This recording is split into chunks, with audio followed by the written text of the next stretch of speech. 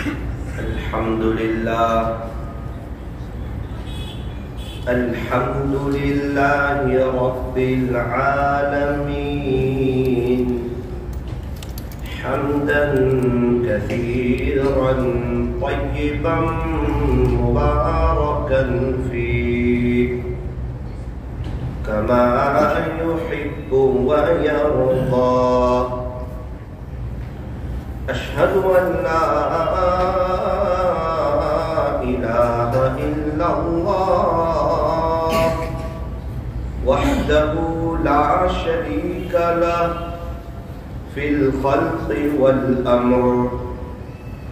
وأشهد أن سيدنا وسندنا وحبيبنا وشفيعنا وخليلنا ومولانا محمدا عبده ورسوله المبعوث إلى الأسود والأحمر المنعوت بشرح الصدر ورفع الذكر.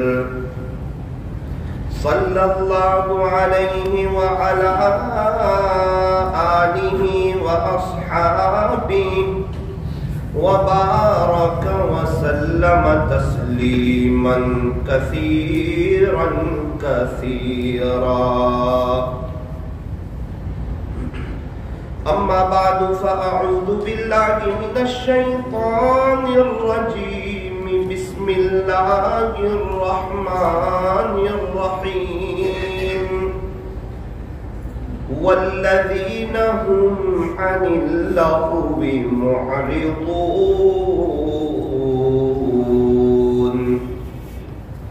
صدق الله مولانا العظيم. وقال النبي صلى الله عليه وسلم ذكر الله شفاء القلوب. وصدق رسوله النبي الكريم. ونحن على ذلك لمن الشاهدين والشاكرين. والحمد لله رب العالمين.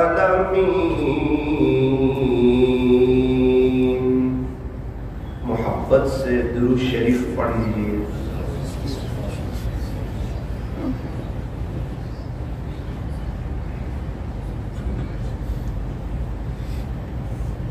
بزرگان محترم،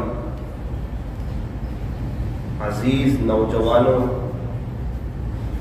اور پردے میں بیٹھ کر سننے والی میری محترم دینی ماؤں اور بہنوں، یوں فرمایا کہ وقت جو ہے یہ بہت بڑی دولت ہے، بہت قیمتی سرمایہ ہے، کیونکہ جو وقت ہاتھ سے چلا جائے وہ دوبارہ لوٹ کر آتا نہیں ہے. میری زندگی کے 31 سال گزر گئے. میں جتنی کوشش کروں، محنت کروں، چاہے جتنی مرضی پیسہ خرچ کروں، ساری رات تہجد میں رہوں، تڑپوں، لیکن یہ 31 سال واپس آنے والے نہیں. آپ میں سے کسی کے 25, 30, 35, 40, 45, 50, 60 سال گزر گئے، لیکن وہ فرمایا کہ گیا وقت پھر ہاتھ آتا نہیں، مرا بیل گھاس کھاتا نہیں. بھائی ایک جانور ہے، وہ مر جائے، اب وہ اپنا چارہ کھا نہیں سکتا.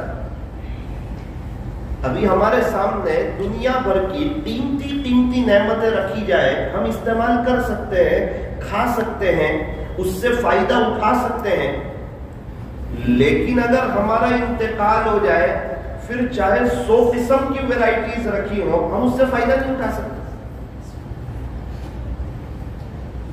جب وقت چلا جائے گا، جب میں اور آپ دنیا سے چلے جائیں گے، اس وقت تو قبر میں بہت زیادہ افسوس ہونے والا ہے کہ ایک کاش میں بھی کچھ وقت اپنے اللہ کے لیے نکال لیتا، آخرت کو بنا لیتا، اللہ سے صلح کر لیتا، اللہ سے دوستی کر لیتا، اللہ سے یاری لگا لیتا۔ ایک پارہ پڑھتا تھا، کچھ 1.5 پارہ پڑھ لیتا، 1.5 پارہ پڑھتا تھا، 2 پارے پڑھ لیتا، تھوڑا سا میں بھی پابندی سے اللہ کے راستے میں وقت لگا دیتا، مہینے میں 3 دن چلا جاتا۔ اللہ کے راستے میں وقت لگانے والے 2 قسم کے لوگ ہیں۔ ایک وہ لوگ ہیں جو ہمارے بڑوں کی چاہت کے مطابق، ترتیب کے مطابق وقت لگاتے ہیں، اور ایک وہ لوگ ہیں جو اپنی سہولت کے مطابق وقت لگاتے ہیں۔ 2 قسم کے لوگ ہیں۔ جو ترتیب سے وقت لگاتے ہیں ان کی تو تربیت ہوتی ہے، ان کا وقت صحیح گزرتا ہے۔ ایک وقت آتا ہے اللہ تعالیٰ ان کی دنیا بھی بناتے ہیں اور آخرت بھی بناتے ہیں۔ اور کچھ لوگ وہ ہیں جو ترتیب سے وقت نہیں لگاتے بلکہ اپنی سہولت سے، میں جب فری ہوں، جب میرے کاروبار میں مندی ہو، جب میرا دنیا کا کوئی کام کاج نہ ہو، تب میرے پاس اللہ کے لیے وقت ہے، ورنہ میرے اہم وقت میں سے میرے پاس اللہ کے لیے نعوذ باللہ وقت نہیں۔ یوں فرمایا ان کو برکت تو مل جاتی ہے، تربیت نہیں ہوتی۔ اچھا، وقت دونوں کا گزر جاتا ہے۔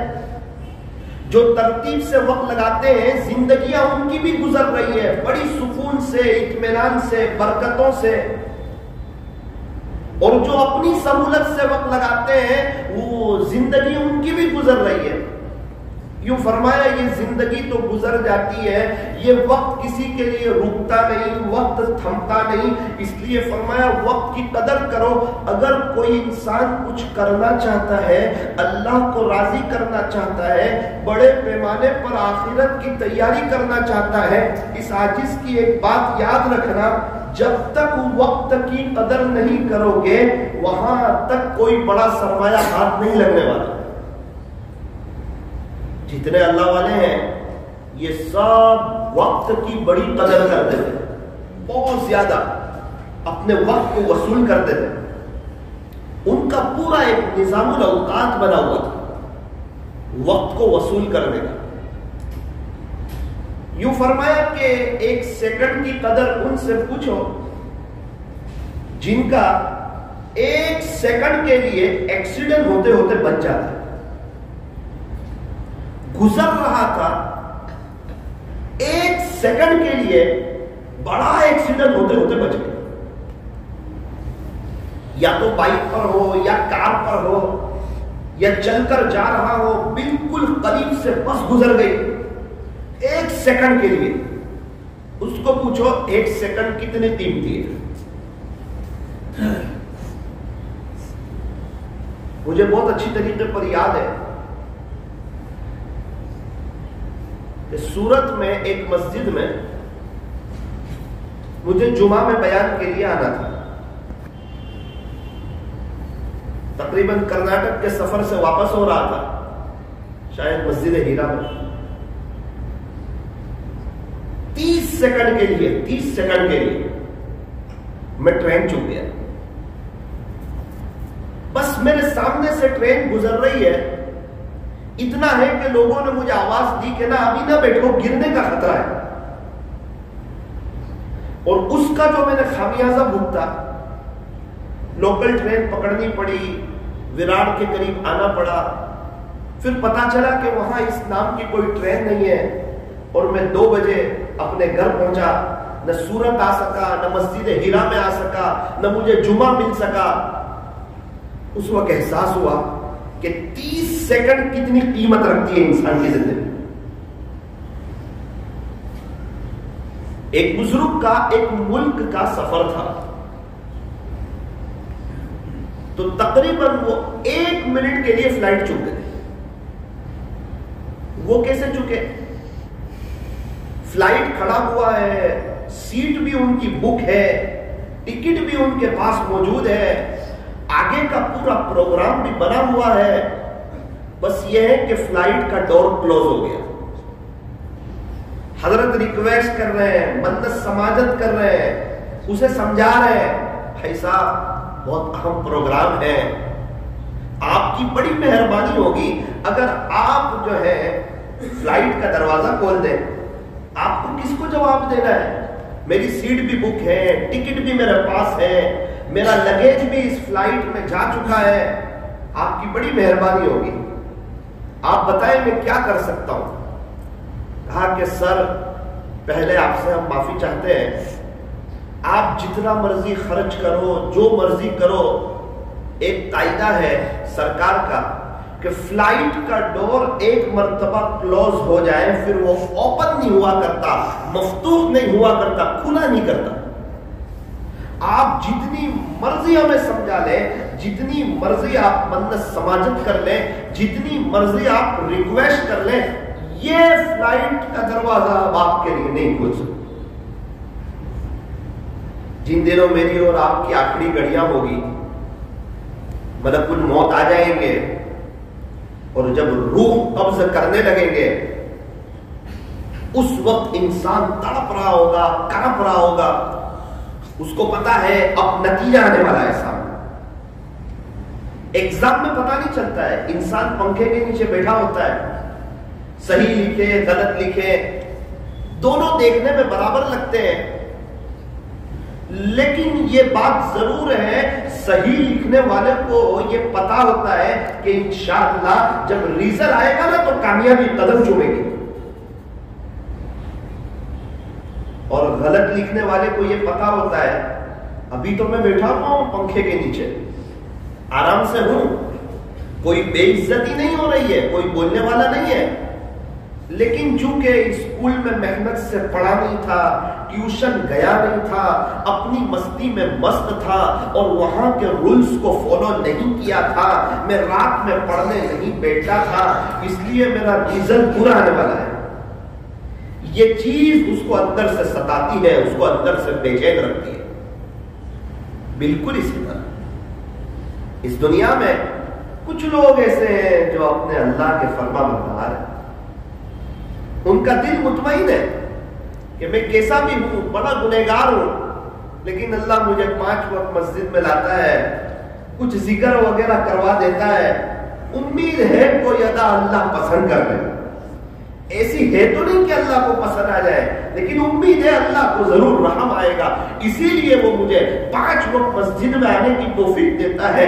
یہی تو وجہ ہے وہ فجر کی نماز میں جب دنیا میٹھی نیند سو رہی ہوتی ہے، اندھیرا چھایا ہوا ہوتا ہے، اس وقت میرا اللہ مجھے اٹھا دیتا ہے اور بستر مجھے اچھال دیتا ہے، چاہے ٹھنڈی ہو، گرمی ہو، بارش ہو، ہر حال میں اللہ مجھے مسجد میں لاتے ہیں اور میں اپنی پیشانی اللہ کے سامنے جھکاتا ہوں۔ یہ اس بات کی علامت ہے، امید ہے کہ اللہ موت کے وقت مجھ پر رحم فرمائے۔ اگر رحم نہیں کرنا ہوتا تو شاید فجر کی نماز کی توفیق نہ دے۔ ظہر کی نماز پڑھنا آسان ہے، ایک ماحول بنا ہوا ہے، دکان کا ماحول ہے، شیڈیول ہے، ابا بھی کہتے ہیں چل بیٹا تو اس مسجد میں پڑھ لے، میں یہاں پڑھ لوں گا، ملازم سے بھی کہتے ہیں آپ کو یہاں پڑھنی ہوگی، تو 4 وقت کی نمازیں ایک ماحول بنا ہوا ہے، اس کی وجہ سے الحمدللہ آسان ہے۔ لیکن فجر کی نماز جہاں انسان کو کوئی نہیں دیکھتا، وہ اور اس کا اللہ، رات کی تنہائی ہے، میٹھی نیند آ رہی ہے، فجر کی نماز میں بہت زیادہ میٹھی نیند آتی ہے، اور وہ ایسی میٹھی نیند ہوتی ہے جو انسان کو الارم بند کرنے پر مجبور کرتی ہے۔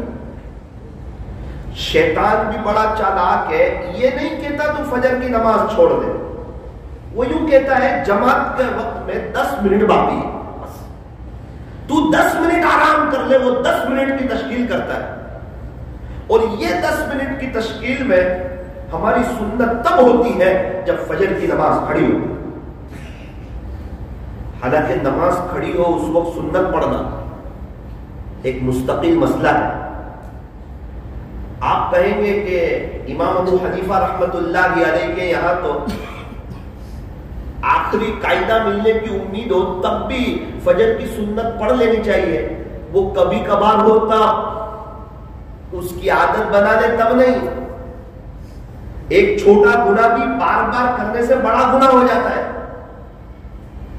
یہ تو بندہ اس کی عادت بنا لیتا ہے کہ 10 منٹ تک میں امام صاحب کے پیچھے کھڑا رہوں، اس سے تو بہتر ہے کہ میں 2 رکعت سنت اطمینان سے پڑھوں اور قاعدے میں شریک ہو جاؤں اور 2 منٹ میں پھر سلام پھیر کر میں اپنے گھر میں چلا جاؤں۔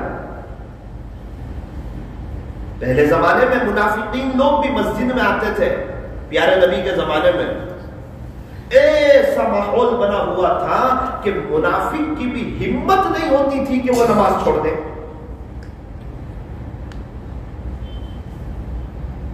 اسی لیے فرمایا کہ منافق مسجد میں ایسا ہے جیسا کہ پرندہ پنجرے میں۔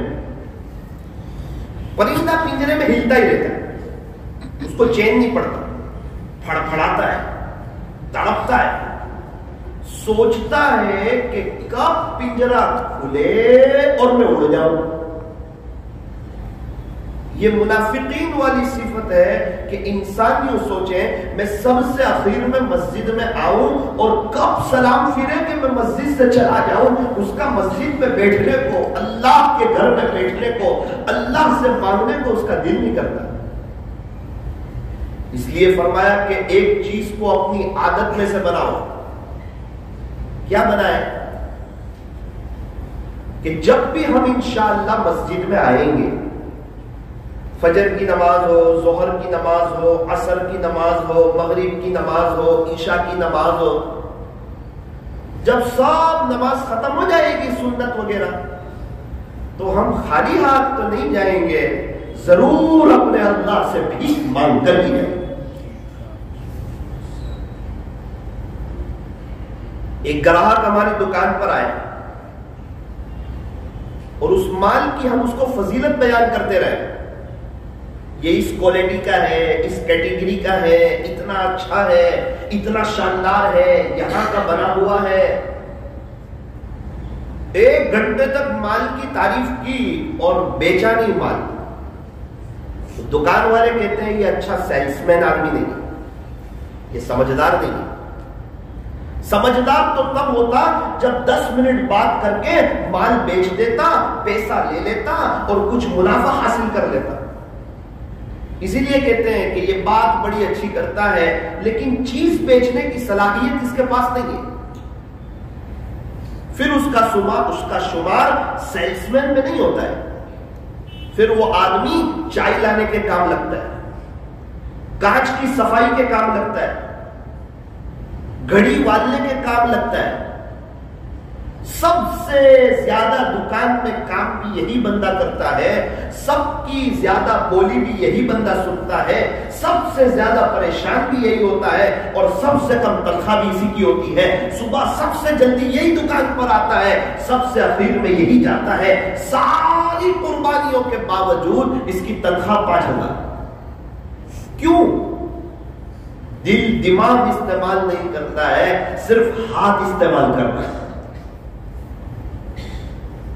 ایک آدمی آ رہا ہے، نماز تو پڑھ رہا ہے لیکن اٹھک بیٹھک کر رہا ہے، دل کا استعمال نہیں کرتا کہ میں اپنے مالک کے سامنے کھڑا ہوں، اللہ مجھے لے آئے ہیں، دنیا کے جمیلوں سے لے آئے ہیں، لوگوں کے پاس وقت نہیں ہے، لوگ مسجد میں آنے کے لیے تیار نہیں ہے اور بے حیائی، فحاشی اور عریانیت کا ماحول ہے اور موبائل کا دورہ ہے اور انٹرنیٹ کی فراوانی ہے اور گناہوں کے بازار گرم ہے۔ میرے گناہوں کے باوجود، غفلت کے باوجود میرے رب نے مجھ پہ کرم کیا ہے اور مجھے مسجد میں لے آئے ہیں اور وضو بھی کروا دیا ہے اور اپنے گھر میں اس رب نے ہمیں کھڑا بھی کروا دیا ہے اور ہم نے اللہ اکبر بھی کہہ دیا ہے اور اللہ ہماری طرف متوجہ ہے۔ اس وقت یہ بندہ جہاں سے آیا تھا پھر وہیں کے خیالوں میں ڈوب جاتا ہے۔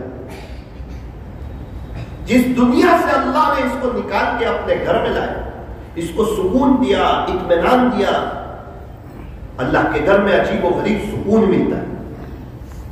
ابھی ہم یہاں بیٹھے ہوئے ہیں، ایسا لگتا ہے کہ دنیا کے سب سے زیادہ خوشحال ہم لوگ ہیں، کوئی ٹینشن نہیں۔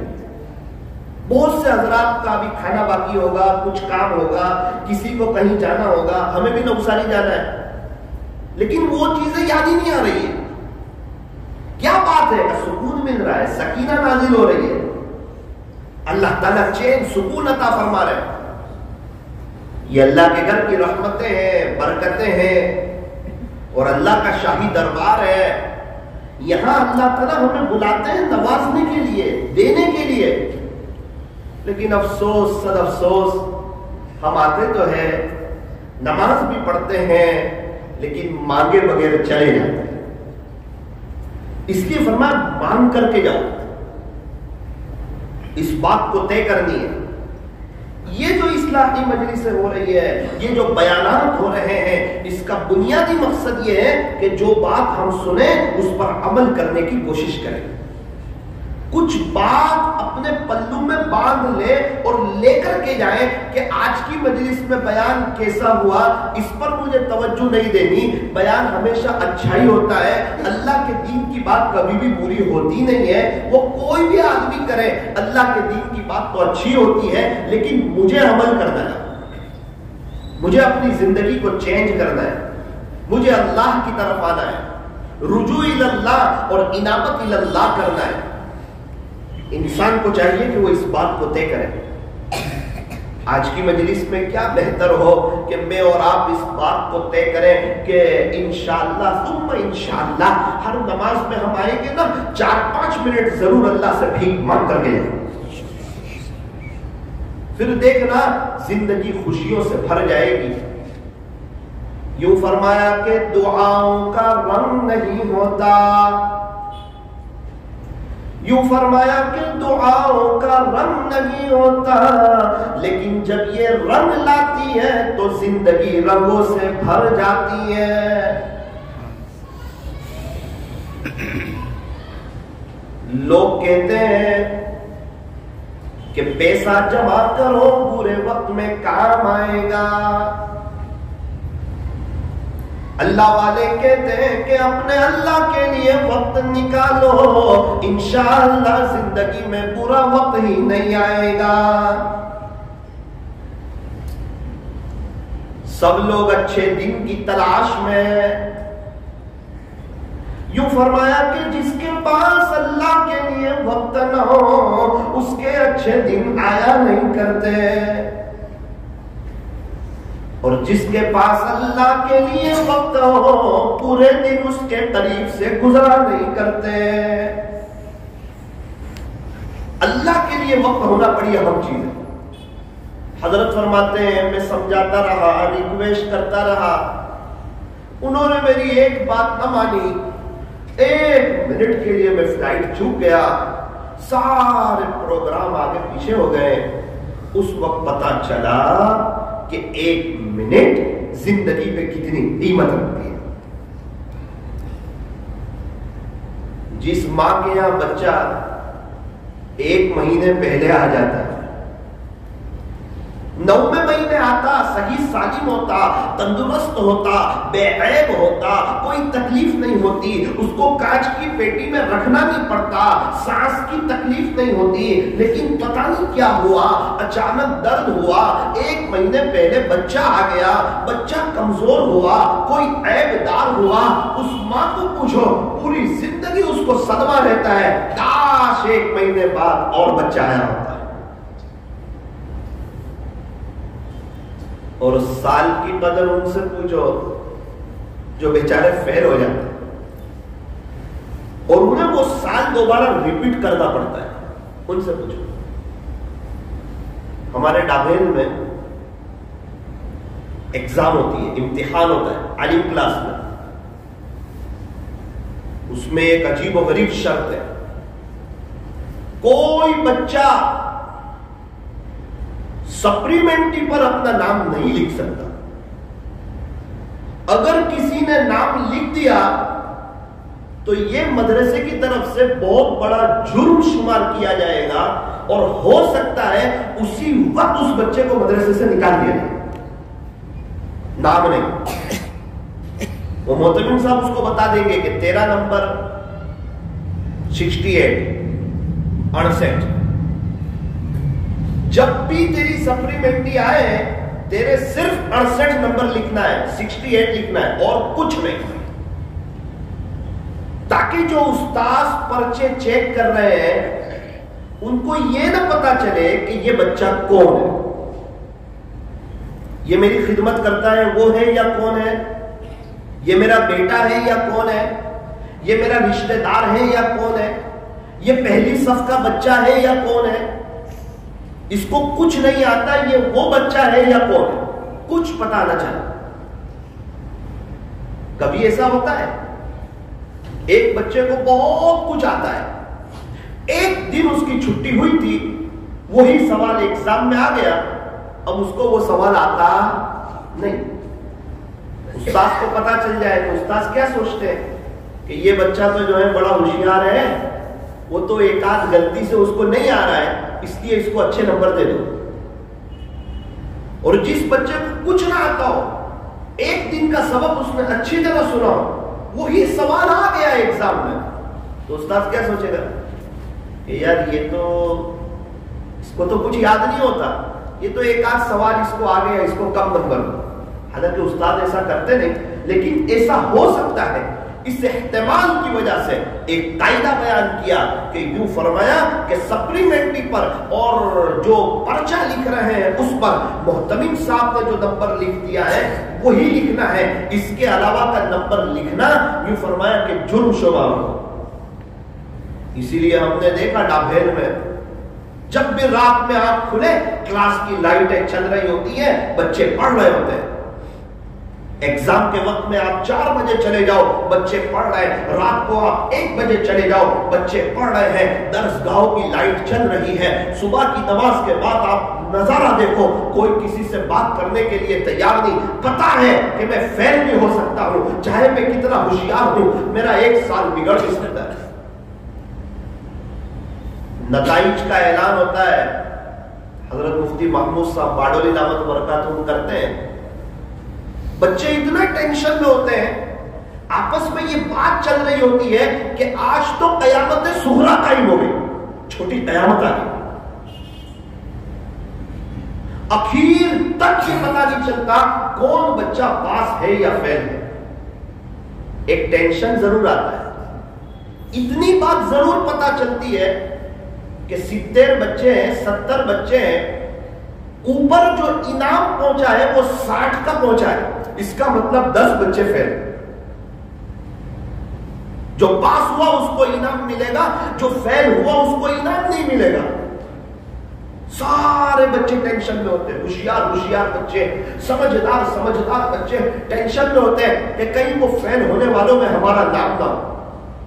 اور خدا نہ خواستہ جو 10 بچے فیل ہوئے ہوتے ہیں، جب ان سے ملاقات ہوتی ہے اور وہ جب روتے ہیں تڑپتے ہیں، ہم کیا بتائیں گے ہمارے امی ابو کو، اب کلاس کے ساتھیوں سے ہم الگ ہو جائیں گے، ہمیں 1 سال بگاڑنا پڑے گا، یا تو ڈابھیل چھوڑ کے کہیں جانا پڑے گا۔ اور جس نے ڈابھیل میں پڑھائی کر لی ہو، جو گجرات کا دیوبند سمجھا جاتا ہو، پھر وہ بندہ ڈابھیل چھوڑ کے کہاں جائے؟ حضرت مفتی احمد خان پوری صاحب دامت برکاتہ کی صحبت چھوڑ کے وہ کہاں جائے؟ ایسے اللہ والوں کی آمد چھوڑ کے وہ کہاں جائے؟ تو ہمیں بہت اچھی طریقے پر معلوم ہے کہ 1 سال کی قدر ان سے پوچھو جو بیچارے فیل ہو جاتے ہیں اور ان کا سال بگڑ جاتا ہے۔ اس لیے میرے عزیزو، یہ زندگی بڑی قیمتی ہے، زندگی کی قدر قبرستان والوں سے پوچھو جو آج مر چکے ہیں، انتقال کر چکے ہیں، ان کی فیملی موجود ہے، ان کے پراپرٹی موجود ہے، ان کی دکانیں موجود ہیں، ان کے کاروبار موجود ہیں، لیکن ایک سبحان اللہ کے محتاج ہو گئے، ایک روپیہ صدقہ کرنے کے محتاج ہو گئے، ایک پائی ثواب کے محتاج ہو گئے۔ ان کے بچوں کے پاس، ان کی فیملی کے پاس، ان کے گھر والوں کے پاس اب وقت نہیں ہے، گھر کی صفائی کی ضرورت ہے اور دکان چلانے کی ضرورت ہے، ان کے بیٹے مشغول ہیں، اپنے بچوں کو اللہ کا دین سکھایا نہیں، انہیں دیندار اور نیک بنایا نہیں، آج ان کے بچے ان کو یاد کرنے کے لیے تیار نہیں۔ اس لیے فرمایا کہ زندگی کی قدر ان سے پوچھو جو بیچارے قبرستان میں ہیں، اللہ کو پیارے ہو چکے. اللہ تبارک و تعالی ہمیں وقت کی قدردانی کرنے کی توفیق اور سعادت نصیب فرمائے.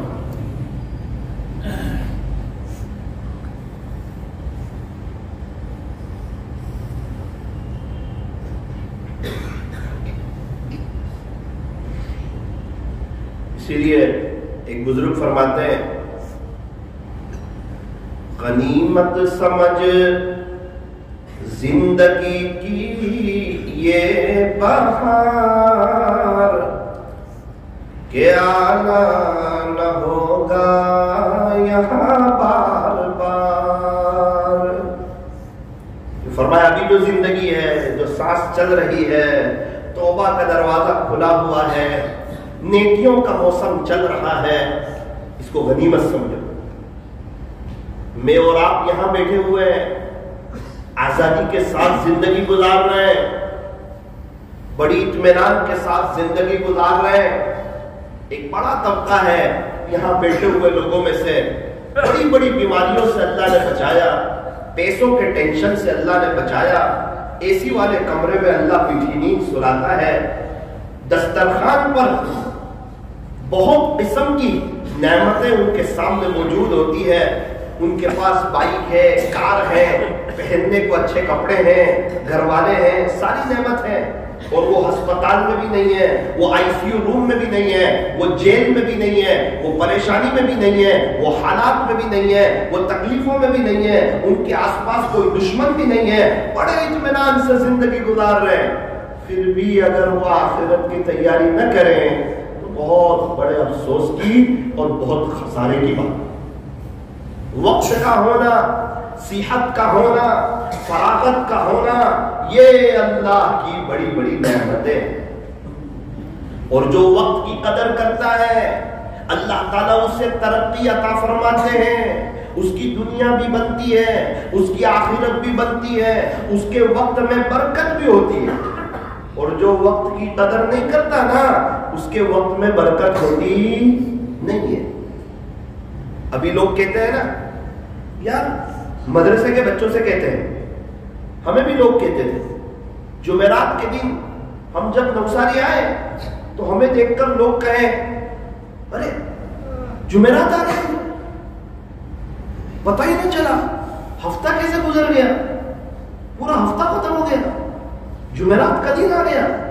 آپ کو دیکھ کے ہمیں تو پتا چلا جمعرات آ گیا، ابھی تو گئے تھے ابھی آئے. ارے اس کو پوچھو جو بیچارہ دال چاول کڑی کھچڑی کھاتا ہے، کیسے اس کا وقت کیسے گزرتا ہے، اس کو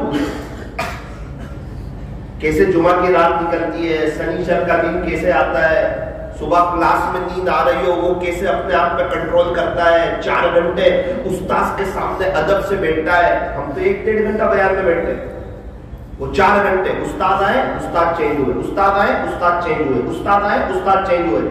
فوراً کھانا، اگر اس وقت کھانے پر نہ جائے 15 منٹ لیٹ ہو جائے تو اس کو کھانا نہیں، گھر تھوڑی ہے اس کا. کھانے کے بعد ابھی تھوڑی دیر آرام کرنا، کتنی دیر، 1 گھنٹہ 5 منٹ 10 منٹ، اس کے بعد اٹھانے کے لیے آئیں گے تو اٹھ جانا. اگر وہ اس وقت نہ اٹھے تو بڑا مسئلہ ہے. اور ہر بندہ 5-10 منٹ پہلے مسجد میں چاہیے سنت پڑھنی. آپ دیکھیں تو ہر جگہ سے ذکر کی آواز آ رہی ہوتی ہے، ہر بچے کے ہاتھ میں قرآن ہوتا ہے. کسی کی مجال ہے کیا اس کی رکعت چلی جائے، وہی پہلے رکعت جانے نہیں دے گا. اس کو پتا ہے میں 50 استادوں میں سے کس کس کو جواب دوں گا. اب نماز کے بعد 2:15 بجے 2:30 بجے کلاس شروع ہو جائے گی، استاد آ جائیں گے، یہ 15 منٹ میں قریب میں ہوٹل ہے وہاں بھی جانا ہے، چائے بھی پینی ہے، اور یہ 15 منٹ میں 1000 میں سے 700 بچے چائے پیئیں گے لائن میں کھڑے رہ کر کے، اور پھر انہیں اپنی کلاس میں بھی جانا ہے اور استاد سے پہلے بھی پہنچنا ہے، اور پہنچنے کے بعد فوراً پڑھائی شروع ہوگی، اور یہ 2 گھنٹے ان کو پڑھائی کرنی ہے. ایسے ہی کوئی عالم بن جاتا، علماء ایسے ہی تیار ہو جاتے، 9 سال ایسے ہی گزر جاتے مدرسے میں. ان کو پوچھو ایک ایک دن کیسے گزرتا ہے، ہاں ان کو بڑا سکون بہت ہوتا ہے. بہت مزے والی لائف ہوتی ہے، اجتماع میں اچھا لگتا ہے نا 2 دن، وہ سب چیز اس کے وقت پر ہو جاتی ہے، اتنے سب لوگ ہیں، سب کو کھانا بھی مل جاتا ہے، چائے بھی مل جاتی ہے، اللہ کا ایک نظام ہے دینی کاموں میں، پتا چلتا نہیں، کسی کا کام رکتا نہیں، کسی کو تکلیف ہوتی نہیں۔ اب عصر کے بعد باہر جا رہا ہے، اسی میں اس کو گاؤں سے دودھ لانا ہے، مغرب کے بعد فوراً جیسے ہی سنت وغیرہ پڑھ لی فوراً کلاس میں، ورنہ محترم صاحب باہر آ جائیں گے، اور کلاس میں جا رہا ہے، استاذ کی نگرانی شروع، اب کتنی دیر پڑھائی ہوگی؟ کا 2 گھنٹے، کیا کرنا ہے؟ کا صبح 6 گھنٹے جو پڑھایا نا اس کی تکرار کر لی ہے، اب چھٹی ہو گئی، اذان ہو گئی عشاء کی، 20 منٹ کے بعد نماز کھڑی ہوگی، اسی میں فارغ ہونا ہے، اسی میں وضو کرنا ہے، اور نماز کھڑی ہو اس سے پہلے اسی میں 1000 بچے کو پہنچنا ہے۔ اب نماز ہوئی، سنت پڑھی، وتر پڑھی، پتا چلا کہ قاری صاحب چکر لگا رہے ہیں، قاری کلاس شروع ہو چکا ہے، ابھی چھٹی نہیں، ابھی فوراً قاری کلاس میں پڑھنا ہے، قرآن پڑھنا ہے، پورا گھنٹہ۔ یہ پورا گھنٹہ ختم ہوا، 10 ساڑھے 10 بج گئے، اب اس کو صبح جلدی اٹھنا بھی ہے، لیکن ہم نے دیکھا بچے آدھا گھنٹے بعد فارغ ہو کر ابھی کوئی استاد نہیں آ رہا ہے، اس کے باوجود سارے بچے پھر کلاس میں چلے جاتے اور پڑھتے۔ اب دیکھو نا کبھی ایک مرتبہ اب دابین چلے جاؤ، مغرب کی نماز پڑھو، عشاء کی نماز پڑھو، رات 12 بجے تک دیکھو کیا ہوتا ہے، کیسے ہوتا ہے۔ سب مدرسے میں ایسا ہی ہوتا ہے، لیکن چونکہ ہم نے ڈابین میں پڑھا اس لیے ہمیں وہاں کا معلوم ہے۔ میں یہ نہیں کہہ رہا کہ وہ مدرسہ آگے دوسرے مدرسے پیچھے، نہ، جہاں اللہ کے دین کی تعلیم ہو رہی ہو سب آگے۔ اور جب ہم جمعرات کو آئے تو لوگ ہمیں کیا کہتے ہیں؟ جمعرات پتہ ہی نہیں چلا ہفتہ کہاں گزر گیا۔ ارے پتہ آپ کو کیسے چلے گا؟ ان کو پوچھو جن کا مدرسے میں ہفتہ گزرا ہے، ان کو پتہ چلا ہے ہفتہ کیسے گزرا۔ ہمیں پتہ چلتا ہے پہلے ہی روزے میں ایک دن بہت اچھی طریقے پر، جلدی افطاری کا وقت آتا ہی نہیں ہے، کیسا برکتی دن ہو جاتا ہے۔ تو جب آدمی اللہ کی طرف آتا ہے نا تو اس کی ہر چیز میں برکت ہو جاتی ہے، اور جہاں برکتیں آتی ہیں ٹینشن ختم ہو جاتے ہیں۔ آج ساری پریشانیاں بے برکتی کی ہیں۔ پہلے گھر کا ایک آدمی کماتا تھا، 10-11 لوگ آرام سے کھاتے تھے، آج گھر کے سارے لوگ کماتے ہیں پھر بھی خرچے پورے نہیں ہوتے۔ کیا بات ہے؟ فرمایا کہ برکت نہیں۔ برکت کیوں نہیں؟ فرمایا کہ نیتیں صاف نہیں، بھائی بھائی سے خوش نہیں، بہن بہن سے خوش نہیں، ماں باپ بچوں سے خوش نہیں، بچے ماں باپ سے خوش نہیں۔ ایک ہی گھر میں سب ایک دوسرے سے دور ہیں، دلوں میں دراریں ہیں، نفرتیں ہیں، برکت آوے کہاں سے؟ جہاں نیت میں کھوٹ ہوتی ہے نا، برکت دوسرے دروازے سے باہر چلی جاتی ہے۔ 10,000 کمانے والے کا بھی پیسہ نہیں بچتا، اور لاکھ کمانے والے کا بھی پیسہ نہیں بچتا، اور 10 لاکھ کمانے والے کا بھی پیسہ نہیں بچتا، اور جن کے کروڑوں کے شو روم ہے ان کا لاکھوں کا بیپاری کو دینے کا قرضہ ہوتا ہے، اور اس کا ٹینشن سر پہ سوار ہوتا ہے۔ جب نیتوں میں کھوٹ آتی ہے اللہ تعالیٰ ایسے بندے کو مشغول کر دیتے ہیں، مجبور کر دیتے ہیں، دنیا کے حوالے کر دیتے ہیں، اس کو پھانس دیتے ہیں۔ ایک بچے نے اپنے ابا سے کہا کہ ابا برکت کس کو کہتے ہیں؟ اس کے والد صاحب اس کو گھر کے حمام میں لے گئے اور گیزر بتایا اور کہا بیٹا 28 سال ہو گئے، یہ بگڑا نہیں، بند ہوا نہیں، ابھی تک گرم پانی آ رہا ہے، اس کو برکت کہتے ہیں۔ ڈابیل میں ایک استاد کے یہاں گئے تو وہ اپنے کچن میں لے گئے، ان کے پاس گیس کا بوتل تھا، مجھے بتایا کہ مولانا صاحب 6 مہینے ہو گئے یہ ختم نہیں ہوا۔ میں کیا بات کرتے ہو، کیسے ختم نہیں ہوا؟ آپ کے یہاں اتنے مہمان آتے ہیں، میں کئی دفعہ تو آیا، ختم کیسے نہیں ہوا؟ بولے جو سمجھ میں نہ آوے اسی کو تو برکت کہتے ہیں۔ یہ آپ کو سمجھ میں نہیں آ رہا نا، آپ کے دماغ میں نہیں آ رہا، اس کو برکت کہتے ہیں مولانا۔ اچھا، تیل کا ڈبہ بتایا، مجھے کہا الحمدللہ 5 مہینے ہوئے یہ بھی ختم نہیں ہوا۔ دیکھتے نہیں ہیں، اندر سے نکالتے رہتے ہیں، بسم اللہ بول کے نکالتے ہیں، کہاں سے ختم ہوگا؟ کتنے لوگ ہیں ان کو جب پیسے ملتے ہیں بسم اللہ بول کر کے لیتے ہیں اور یوں کہتے ہیں اللہ ان پیسوں میں برکت ڈال دے، اللہ ان کے پیسوں میں برکت ڈال دیتا ہے، 5,000 میں برکتیں ہو جاتی ہے، 10,000 میں برکتیں ہو جاتی ہے۔ کتنے لوگ ہیں مہینے میں لاکھوں روپے کماتے ہیں، بسم اللہ بول کے لیتے نہیں اور اس سے زیادہ کی فکر میں رہتے ہیں، اپنے اللہ سے خوش نہیں ہوتے، ان کے ان پیسوں میں برکت نہیں ہوتی۔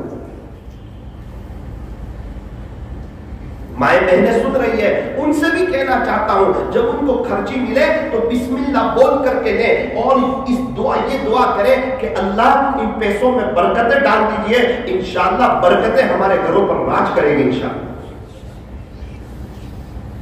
ایک بادشاہ کا ایک جگہ سے گزر ہو رہا تھا، پانی کی پیاس لگی، ایک شخص کا انار کا باغ تھا، کہا کہ ذرا مجھے جوس پلا دو نا انار کا۔ بادشاہ کا نا باپ نے اپنی بیٹی سے کہا بادشاہ سلامت کو انار کا جوس پلا دو۔ اس نے ایک انار توڑا، اس کو نچوڑا، پورا گلاس بھر گیا اور بادشاہ سلامت نے جوس پیا، بڑا شاندار مزیدار پر لطف۔ بادشاہ تو جھوم گیا کہ یار میں یہ تو میری حکومت میں یہ باغ تو میرا ہونا چاہیے تھا اور اس کا مالک تو میں ہوتا اور کم سے کم ٹیکس تو ضرور ہونا چاہیے تھا۔ اتنا قیمتی باغ اور اتنے قیمتی انار اور اتنا اچھا جوس یہ تو میری ملکیت میں ہونا چاہیے تھا۔ کہا بڑا اچھا ہے اور ایک گلاس پلا دو۔ اب انار کو توڑا، نچوڑا، گلاس بھرتا نہیں، دوسرا انار لائے، اس کو نچوڑا، داڑم، گلاس بھرتا نہیں، تیسرا انار کو لائے، نچوڑا، 3 انار 3 داڑم کا جوس نکالا، تب جا کے ایک گلاس بھرا۔ بادشاہ سلامت نے وہ جوس پیا تو وہ کھٹا تھا۔ اس نے کہا کہ درخت چینج کر دیا ہے کیا؟ بادشاہ نے اپنی بیٹی سے پوچھا، اس زمانے کی بچیاں بھی سمجھدار ہوتی تھی۔ بادشاہ نے مالک نے اپنی بیٹی سے پوچھا کہ بیٹی یہ بادشاہ سلامت پوچھ رہے ہیں کہ آپ نے کوئی درخت چینج کر دیا ہے کیا؟ کھٹا بھی ہے اور 3 انار لینے پڑے۔ بیٹی نے فوراً کہا ابو درخت تو چینج نہیں کیا ہے، ایسا لگتا ہے ہمارے بادشاہ سلامت کی نیت چینج ہو چکی ہے۔ فوراً بادشاہ نے توبہ کی۔ اتنا فرق پڑتا ہے، ایک ہی درخت ہے، صرف نیت میں کھوٹ آئی، آگے پورا معاملہ مشکل ہو گیا۔ ابھی بیان چل رہا ہے، اگر یہ اللہ کے لیے ہو تو کہاں لے جائے گا انسان کو؟ اللہ کے بچھڑے ہوئے بندوں کو اللہ سے جوڑتا، اس سے بہتر اس کی بات ہو سکتی ہے جو اللہ کے بندوں کو اللہ کی طرف بلائے۔ اور اگر یہی بیان دکھلاوے کے لیے ہو جائے تو انسان کو کس جگہ لا کر لے جائے گا؟ اب یہ بولنے سے ہوتا ہے، یہ تو دل کے اندر کا فیل ہے۔ بولنے والا تو یہی کہے گا میں اللہ کے لیے بول رہا ہوں، تو قیامت کے دن پتہ چلے گا کس کے لیے بولتے تھے اور کیا تھا اور کیا مقصد تھا۔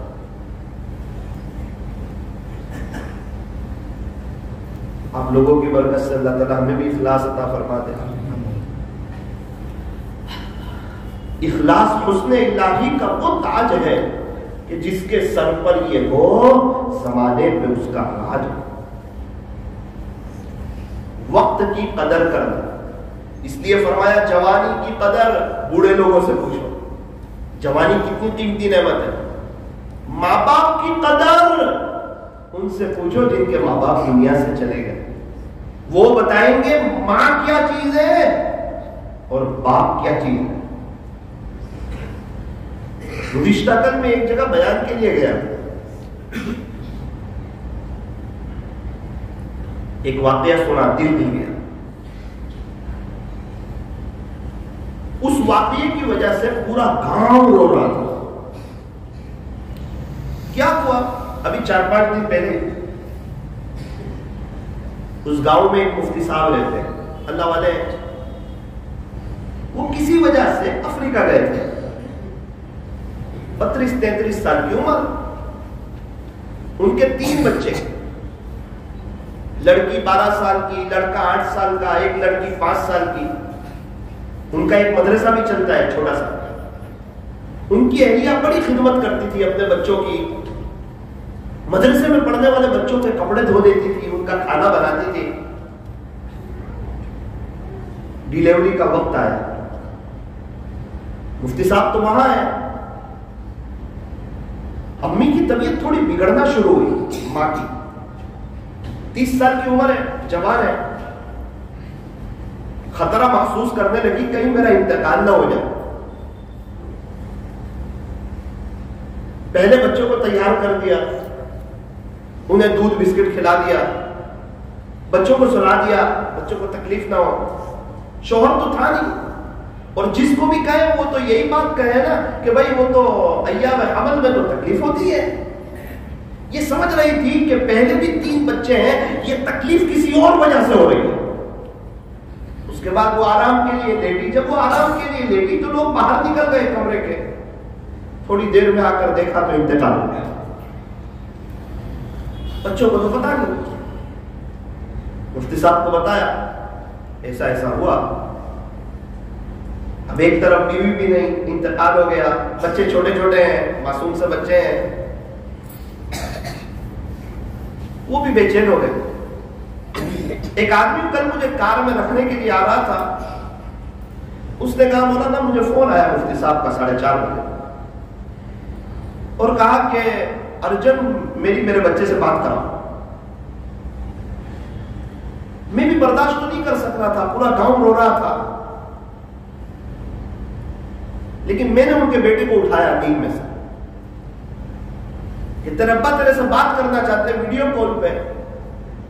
بولا نا اس نے پتہ نہیں اس کو کیا ہوا, وہ تو سو گیا تھا, ان کو نہیں بتایا تھا تمہارے امی کا انتقال ہو گیا. اٹھتے ہی وہ پہلا جملہ پوچھتا ہے بھائی یہ بتاؤ پہلے میری ماں کہاں ہے؟ یہ بستر میں میری امی نہیں ہے.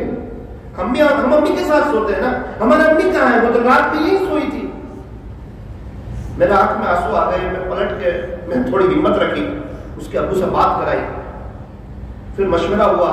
صبح نماز جنازے کی, بچے ہیں بتانا تو ہے ہی ماں کو, بعد میں بتائیں گے, بہت روئیں گے. بہت سمجھایا بچوں کو, اور بچوں کو بتایا. بہت روئے بچے, بہت تڑپے. نانی نے اور بستی والوں نے بہت مشکل سے انہیں سنبھالا. پھر کہا مولانا اب وقت آیا جنازہ اٹھانا. جنازے میں رکھ دیا تھا ان کی اماں کو, ہمارے قریبی رشتے دار ہوتے ہیں. بیٹی آئی اور وہ جنازے کو پکڑ لیا اور کہنے لگی میری ماں کو لے کے مت جاؤ, بس ایک ہی بات, میرے امی کو لے کے کہاں جا رہے ہیں؟ میرے تو ابا بھی باہر ہے, تو یہ میری ماں کو کہاں لے جا رہے ہیں؟ میرے امی کو مت لے جاؤ. 8 سال کا بچہ تو رو رہا ہے, تڑپ رہا ہے, وہ 5 سال کی بچی رو رہی ہے, تڑپ رہی ہے.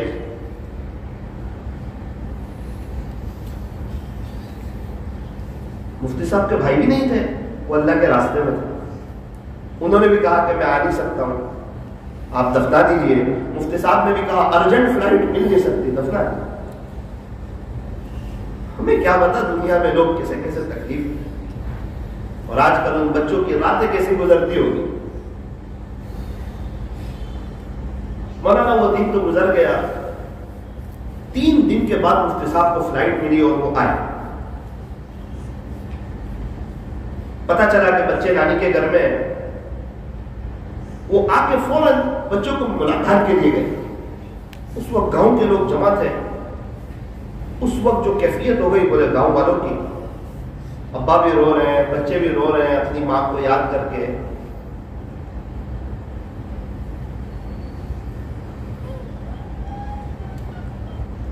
اور ہم سمجھتے ہیں کہ ہم پریشان, نہیں فون سمجھ میں آتا, کیوں اللہ کی طرف نہیں آتے, کیوں ہمارے پاس قرآن کے لیے وقت نہیں ہے, ذکر کے لیے وقت نہیں ہے.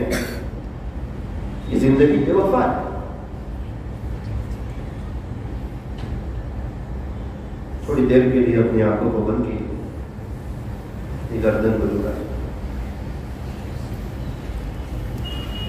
مراقبہ کر لیجیے.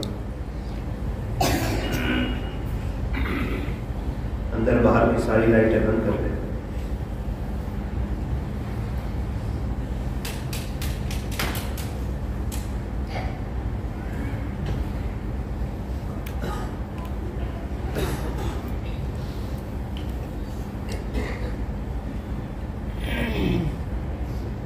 اللہ دیکھ رہے ہیں ہمیں.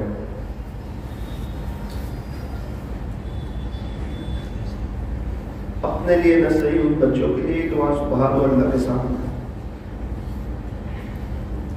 اللہ ان بچوں کے نصیب بلند کرے, ہم کو ماں کا صبر دے. یہاں تو جن کے ماں باپ موجود ہیں وہ سامنے بولتے ہیں، مقابلہ کرتے ہیں، انہیں ماں باپ سمجھ میں نہیں آتے، ان کے ایپ دیکھتے ہیں، ان کی غلطیوں کو دیکھتے ہیں، یوں کرتے ہیں، ہمارے امی یوں کرتے ہیں، ہمارے ابو یوں کرتے ہیں. وہ جب ان کا جنازہ اٹھے گا تو پتا چلے گا کیا کرتے تھے کیا نہیں کرتے تھے، کون حق میں تھا. تیرے اندر سمجھ زیادہ تھی یا تیرے باپ کے اندر سمجھ زیادہ تھی؟ تجھے ابا زیادہ سمجھ میں آئے یا دوست لوگ زیادہ سمجھ میں آئے؟ وہ وقت پر ہے.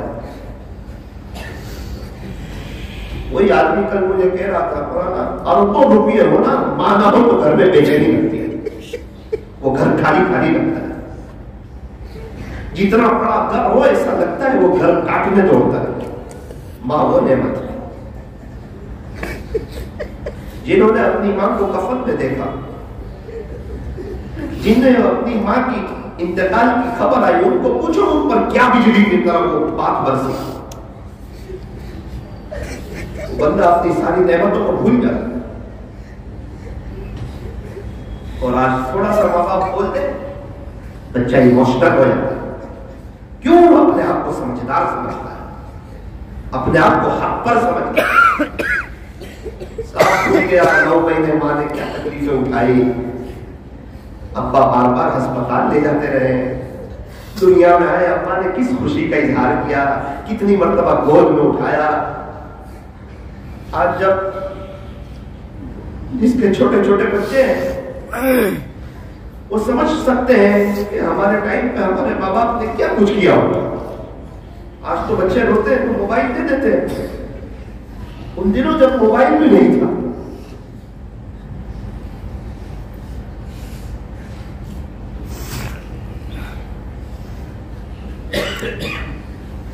گزشتہ کل جب بیان ختم ہوا مفتی صاحب آئے میرے پاس، مجھے کہا مولانا میری اہلیہ کے لیے دعا کرنا. تو میری ایک چھوٹی بچی ہے 5 سال کی، اس کے لیے بھی دعا کرنا. میرے بچوں کے لیے دعا کرنا، اس کے لیے بھی دعا کرنا. ظاہری بات ہے اس کو ماں کی یاد زیادہ آتی ہے.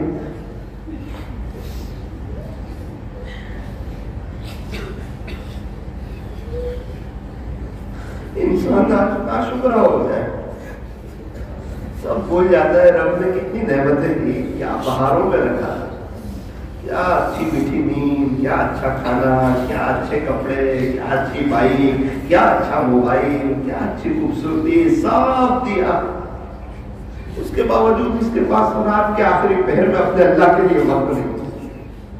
جب اللہ پہلے آسمان پر آتے اپنے بندوں کو نوازنے کے لیے آتے ہیں، اس وقت لوگ میٹھی نیند سو رہے. قبرستان والوں سے پوچھو رات کی آخری پہر کی کیا ہے. یہ جو بزی لوگ ہیں، مشغول لوگ ہیں، ہمیں نیند آتی ہے. میرے عزیز سارے اللہ والے راتوں کو اٹھ جاتے ہیں. ہم سے زیادہ نیک، ہم سے زیادہ فرمانبردار، ہم سے اچھی نماز پڑھنے والے، گناہوں سے بچنے والے، اللہ کا ذکر کرنے والے، وہ رات کو 3:30 بجے اٹھ جاتے ہیں. اور ہم پورے دن کے گنہگار 1-2 رکعت پڑھنے کے لیے ہمارے پاس وقت کا.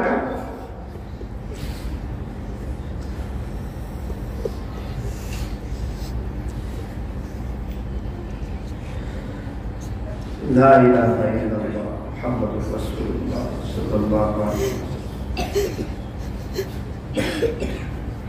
لا الہ الا اللہ، لا الہ الا اللہ، لا الہ الا اللہ، لا الہ الا اللہ، لا الہ الا اللہ.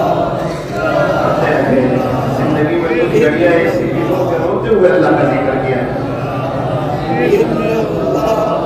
لا الہ الا اللہ، لا الہ الا اللہ، لا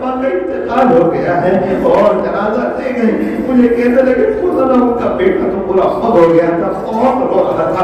2-3 دن جب تک ان کے ابو نہیں آئے, بچے سونے نہیں, ان کی آنکھیں بڑی بڑی ہو گئی, کھانا کھانے کو تیار نہیں. ایک ہی چیز ہمیں ہماری ماں چاہیے, ہمیں ہماری ماں چاہیے, ہمیں ہماری ماں چاہیے. اللہ یہ رات کا وقت ہے, بچے شاید احتساب کے ساتھ لیٹے ہوں گے, اپنی امی کی کھاتی جگہ دیکھ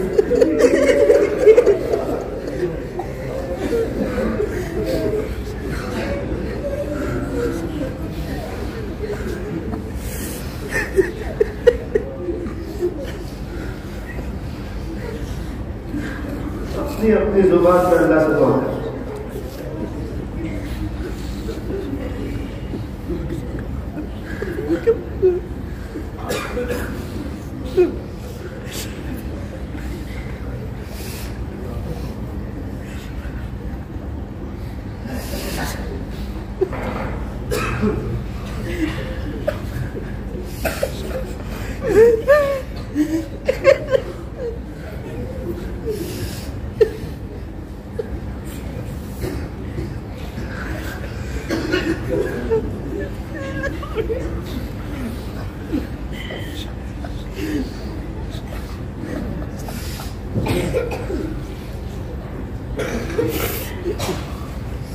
اللہ جی ان بچوں کے ہاتھ پر رحم فرما, مفتی صاحب کو, گھر والوں کو عجیب و غریب صبر جمیل عطا فرما, ان کی اہلیہ کی مکمل مغفرت فرما, بچوں کو اپنی امی کا نعم البدل عطا فرما, مفتی صاحب کو بھی نعم البدل عطا فرما. اے اللہ ہمارے گھر والے موجود ہیں تو اس پر شکر گزاری کی توفیق عطا فرما, ان کی قدردانی کی توفیق عطا فرما, ان کے احترام کی توفیق عطا فرما. اے اللہ رات کے آخری پہر ہمیں بھی مالامال فرما. اے اللہ قبر کی میٹھی نیند کی فکر کرنے کی توفیق عطا فرما. اے اللہ جب رات میں آپ آخری پہر میں پہلے آسمان پر آتے ہیں, آپ اتنے بڑے ہو کے پہلے آسمان پر آتے ہیں, ہم گنہگاروں کو بھی 2 رکعت پڑھ لینے کی توفیق عطا فرما. اے اللہ یہ مجمع طرف سے آیا ہے, آپ کی محبت میں آیا ہے, دور دراز سے آیا ہے. کہ اللہ کی عشاء چلتی ہے, لوگوں کے کھانے کا وقت ہے, دکان پہ بیٹھنے کا وقت ہے, لیکن آپ کے لیے آئے ہیں. کچھ دین کی 2 بات سنے کہ شاید کوئی بات دل پہ لگ جائے, شاید ہماری زندگی چینج ہو جائے. اللہ ہم سب کی زندگی کو چینج کر دے. اللہ پچھلے سارے گناہوں سے ہم معافی چاہتے ہیں. اللہ آئندہ گناہوں سے بچنے کا پختہ ارادہ کرتے ہیں. اللہ ہماری توبہ کو قبول کر لے, اللہ قبول کر لے, قبول کر لے. اس توبہ کو سچی توبہ بنا دے. اللہ اس کو اللہ سچی توبہ بنا دے. مستورات کے آگے, مستورات کے آگے کو قبول فرما.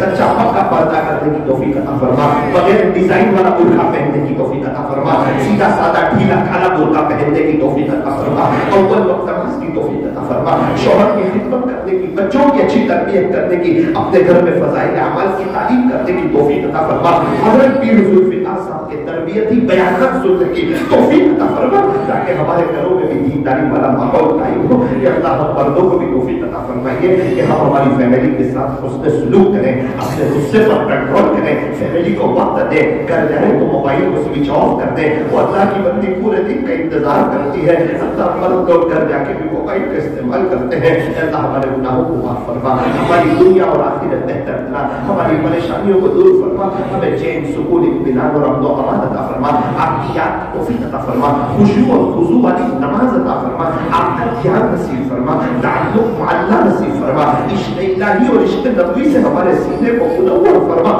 اس مجلس کے فیض کو تا قیامت خوب عام و تام فرما.